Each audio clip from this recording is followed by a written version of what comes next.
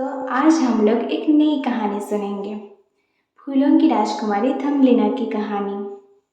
बहुत समय पहले की बात है।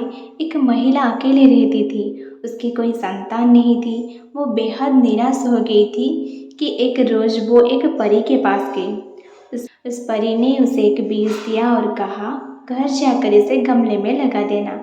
उस महिला ने वैसा ही किया। जब वो सुबह सोकर उठी तो उस बीजों में से सुंदर जादुई फूल टूलिप उग चुका था। टूलिप की एक पंखुड़ा अर्ध खुली थी।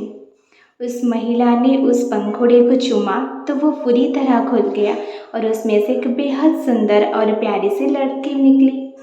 वो लड़की बहुत ही नाजुक थी, एकदम फूल की तरह, और वो इतनी छोटी थी कि उस महिला ने उसका नाम थम्बलिना रख दिया, क्योंकि वो अंगूठी के आकार जितनी ही थी। उस महिला ने कहा कि मैं तुम्हारा माँ हूँ और तुम्हें बहुत प्यार से रखूंगी। थम्बलिना भी बेहद खुश थी।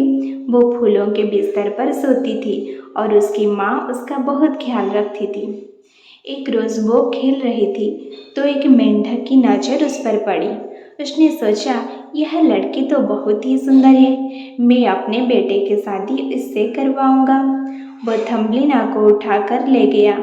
उसे देख मेंढक का बदसूरत लड़का बहुत खुश हुआ।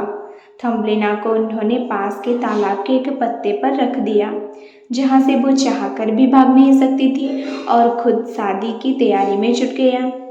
थम्बलिना रोने लगी कि तभी एक तितली की नज़र उस पर पड़ी, तो उसने उसे उठाकर फूलों के शहर में छोड़ दिया। तितली थम्बलिना के लिए कुछ खाने का इंतजाम करने गई थी, और इतने में काले झिंगुर ने उसे देखा और उसी की खूबसूरत पर फिदा हो गई। लेकिन थम्बलिना ने उसे कहा कि हम लोग बहुत ही अलग प्राणी हैं। झिंगुर के दोस्त ने भी कहा कि ये तो बहुत ही अजीब है, ये हमारी तरह सुंदर नहीं है। तो उन्होंने थम्बलिना को छोड़ दिया। थम्बलिना घर जाने का रास्ता ढूंढ रही थी और जंगल में भटकते भटकते वो एक बिल के पास पहुंची। बिल की मालकिन एक बूढ़ी चूहिया थी। उस चूहिया ने थम्बलिना को आसरा दिया, लेकिन बदले में उसे घर के सारे काम करने को कहा।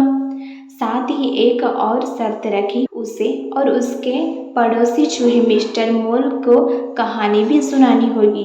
इतने में ही वो पड़ोसी चूहा मिस्टर मोल आया और उसने थम्बलिना को देखा। थम्बलिना पर उसका दिल आ गया। मिस्टर मोल ने बूढ़ी चूहिया को कहा कि उन्हें एक नया घर दिखाने चलाना है, तो वो थम्बलिना को भी साथ लेकर चल दिए। रास्ते में थम्बलिना ने देखा कि एक चिड़िया घायल अवस्था में बेहोश पड़ी थी। थम्बलिना ने उसकी मदद करनी चाहिए, तो दोनों चूहा ने कहा कि इसे मरने दो, इसकी क्या मदद करोगी। पर थम्बलिना का दिल न माना। उसने चिड़िया को खाना पिलाया, पानी पिलाया। उसके घाव पर वो रोज मरहम लगाती थी। एक दिन मिस्टर मोल ने अपना दिल की बात बूढ़ी चूहिया को कही कि वो थम्बलिना से शादी करना चाहता है, तो वो बेहद खुश हुई। थम्बलिना को जब यह बात पता चली तो उसने साफ इनकार कर दिया, लेकिन चूहिया न मानी। तब थम्बलिना ने कहा कि ठीक है, लेकिन एक आखिर बार मुझे उस घायल चिड़िया से मिलना है। थम्बलिना ने जब वहाँ गया तो उसने देखा वो चिड़िया ठीक हो चुकी है और आसमान में उड़ रही है। चिड़िया ने थम्बलिना से कहा कि वो जल्दी से उसकी पीठ पर बैठ जाए, ताकि वो उसे यहाँ से दूर ले जा सके।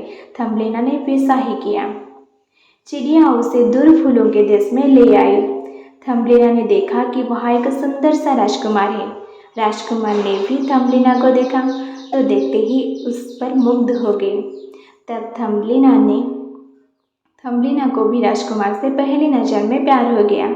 राजकुमार बड़े ही अद्भुत थे। थम्बलिना के पास आए और अपना परिचय दिया कि मैं इस फूलों के देश का राजकुमार हूँ, क्या तुम मेरी रानी बनोगी। थम्बलिना शर्मा गई और उसे फूलों के देश की ओर से पंख भी मिल गए, जिसमें वो राजकुमार के साथ ही यहाँ वहाँ उड़कर सैर पर जा सके। इस कहानी से हमें यह सीख मिलती है, कर भला हो तो सब भला। थम्बलिना का मन बहुत ही भावुक और प्यारा था, इसीलिए इतने परेशानियों के बावजूद भी अपने मुकाम तक पहुंची। उसने दूसरों की मदद की तो बदले में उसे भी मदद मिली। साथ ही उसने अपनी बहादुरी और समझदारी नहीं छोड़ी।